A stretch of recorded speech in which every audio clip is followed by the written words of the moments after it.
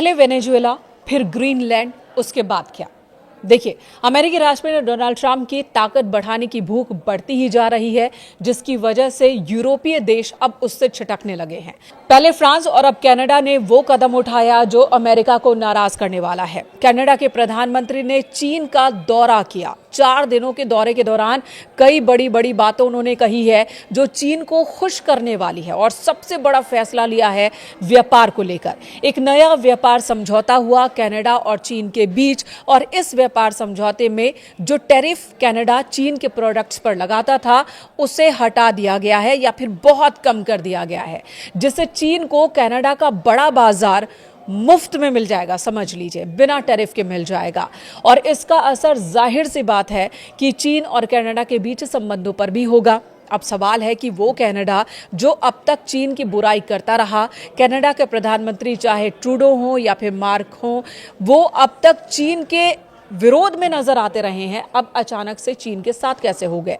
एक तरफ कुछ साल पहले ही 100% टैरिफ की अनाउंसमेंट की गई थी कनाडा की ओर से चीनी प्रोडक्ट्स पर, लेकिन अभी उसी चीनी प्रोडक्ट्स पर टैरिफ को शून्य कर दिया गया है। तो ऐसा क्यों हुआ है? दरअसल इसके पीछे की वजह खुद अमेरिका के राष्ट्रपति डोनाल्ड ट्रंप है। डोनाल्ड ट्रंप ने पहले वेनेजुएला पर कब्जा किया, अगला टारगेट ग्रीनलैंड है। ग्रीनलैंड को खरीदने के लिए कितने उत्साहित हैं, कितने ज़्यादा उतावले हैं ट्रंप, वो किसी से छिपा नहीं है। ये बात यूरोपीय देशों को भी समझ में आ रही है। नाटो को बार बार ये धमकाना कि बिना अमेरिका के नाटो का कोई अस्तित्व ही नहीं है, यानी कि यूरोपीय देशों का कोई अस्तित्व नहीं है अगर अमेरिका नहीं है तो। उन पर अटैक रूस या फिर कोई और कंट्री कर सकता है, चीन उन पर कब्जा कर सकता है। इस तरह की धमकी, एक तरह से डर का माहौल ट्रंप की ओर से बनाया गया है। तो कनाडा को लेकर ये माहौल तो पहले से ही है।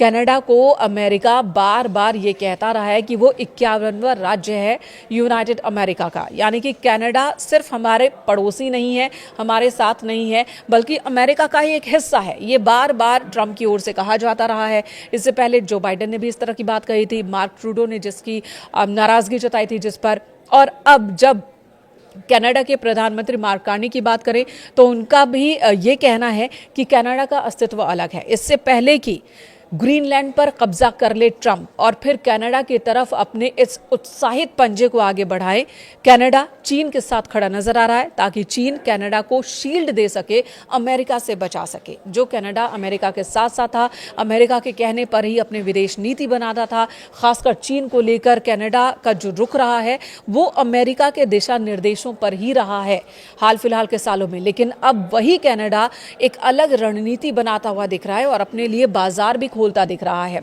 अब जब कनाडा ने रिलीफ दे दिया, कनाडा की ओर से चीन के प्रोडक्ट्स पर रिलीफ दे दिया गया है, तो चीन ने भी कनाडा के प्रोडक्ट्स पर टैरिफ को हटा दिया है, जिससे चीन का बाजार भी कनाडा को मिल गया है। कई ऐसी चीजें हैं जिसका व्यापार चीन और कनाडा के बीच होता है। आपको बता दें, इसमें विन विन सिचुएशन है। कनाडा को जहां फायदा है तो वहीं पर चीन को कनाडा का एक बड़ा बाजार मिल जाएगा, और साथ ही चीन की ताकत का आभास भी कनाडा के पास होगा। हालांकि अमेरिकियों का कहना है, अमेरिका का कहना है कि ये कनाडा की एक बहुत बड़ी भूल है। अगर चीन के साथ कनाडा जाता है तो चीन ने जिसका भी साथ दिया है उससे फायदा ही उठाया है और वहां तबाही मचाई है। तो ये डर कनाडा को होना चाहिए कि अगर वो चीन के करीब गए तो खामियाजा भुगतना पड़ सकता है उन्हें। साथ ही ट्रंप ने आंखें तरेरी है कनाडा के प्रधानमंत्री को लेकर, और उनका कहना है कि आपने इलेक्ट्रिक व्हीकल जो कि चीन से कनाडा में बेची जाती थी, अब तक 100% उस पर टैरिफ लग रहा था, लेकिन अब उस टैरिफ को घटाकर 0 या 5% कर दिया गया है। औसत टैरिफ 5% है। तो इससे अब कनाडा के बाजार में चीन के इलेक्ट्रिक वाहन की जो सप्लाई है वो बढ़ जाएगी। जाहिर सी बात है, चीन के इलेक्ट्रिक वाहन जो है वो कनाडा में अब सस्ते हो जाएंगे तो उनकी बिक्री भी ज़्यादा होगी, और इसका सीधा सीधा खामियाजा अमेरिकी कंपनियों को भुगतना पड़ सकता है, जिसमें टेस्ला भी शामिल है। टेस्ला के, फोर्ड के जो इलेक्ट्रिक वाहन हैं वो भी कनाडा में बेचे जाते हैं, लेकिन उन पर टैरिफ ज़्यादा है, और ऐसे में टेस्ला और फोर्ड को अब चीनी इलेक्ट्रिक वाहनों से टक्कर मिलेगी, कॉम्पिटिशन बढ़ जाएगा। तो ट्रंप चेता रहे हैं और ट्रंप कह रहे हैं कि इसका खामियाजा कनाडा को भुगतना पड़ सकता है, लेकिन कनाडा उस राह पर आगे बढ़ चला है। कनाडा के प्रधानमंत्री मार्क कार्नी ने चीन का दौरा किया, 4 दिनों तक रहे, जहां पर उन्होंने राष्ट्रपति शी जिनपिंग से मुलाकात की, साथ ही जो कम्युनिस्ट पार्टी है चीन की उसके हेड से भी मुलाकात की है। स्टैंडिंग कमेटी के हेड से मुलाकात की और इस मुलाकात को बहुत ज़्यादा अहम माना जा रहा है। ये ठीक वैसे ही है जैसे कि कनाडा, मान लो, जो कि पूंजीवादी खुद को कहता है, वो कम्युनिस्ट पार्टी की नीतियों का साथ दे रहा है। और यहाँ पर नए वर्ल्ड ऑर्डर की भी चर्चा शुरू हो गई है कि क्या वाकई अब जो विश्व में जो जियोपॉलिटिकल वर्ल्ड में जो ऑर्डर है, अमेरिका के बाद चीन ही माना जाता है मजबूत कंट्री अपने दम पर, क्या इस वर्ल्ड ऑर्डर में कोई बदलाव होता दिख रहा है?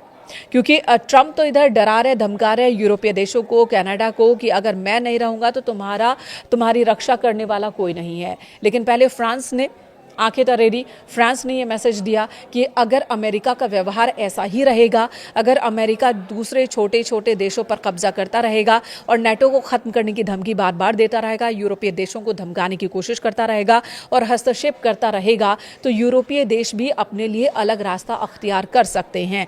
जिसमें फ्रांस ने कहा था कि हम भी नेटो छोड़ सकते हैं। अगर हमने नेटो छोड़ दिया तो फिर नेटो का कोई अस्तित्व नहीं रह जाएगा, क्योंकि हमारे पास भी एक मजबूत सैन्य शक्ति है जिसके दम पर ही नेटो का अस्तित्व है। उसी तरह से अब कनाडा भी धमकाता और चेताता नजर आ रहा है।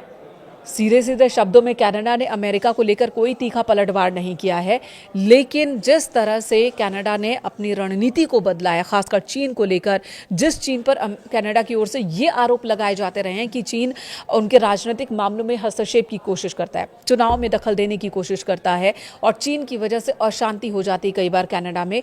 वही कनाडा अब चीन के राष्ट्रपति की तारीफ कर रहा है, चीन की तारीफ कर रहा है और चीन के साथ खड़ा होता दिख रहा है और ये कह रहा है कि ये जो संबंध है ये और ज्यादा मजबूत होने चाहिए। तो आने वाले दिनों में बहुत कुछ बदलता हुआ दिख सकता है विश्व की राजनीति में। ट्रंप यहां अकेले पड़ते दिख रहे हैं। अब देखना यह होगा कि ट्रंप का अगला कदम क्या होगा कनाडा को लेकर, और क्या कनाडा के इस मूवमेंट का असर ग्रीनलैंड को लेकर ट्रंप के फैसले पर भी हो सकता है। ग्रीनलैंड को खरीदने के लिए ट्रंप पूरी तरह से उतावले दिख रहे हैं, जिसका विरोध यूरोपियन कंट्रीज और कनाडा भी कर रहा है कि ये ठीक नहीं है। डेनमार्क पर अतिरिक्त टैरिफ भी लगा दिया ट्रंप ने, 1 फरवरी से वो लागू हो जाएगा और उन सभी यूरोपीय देशों पर भी जो कि ग्रीनलैंड के खरीदने को, यानी कि ट्रंप के प्लान का जो विरोध करेंगे, उन पर अतिरिक्त टैरिफ का ऐलान किया है।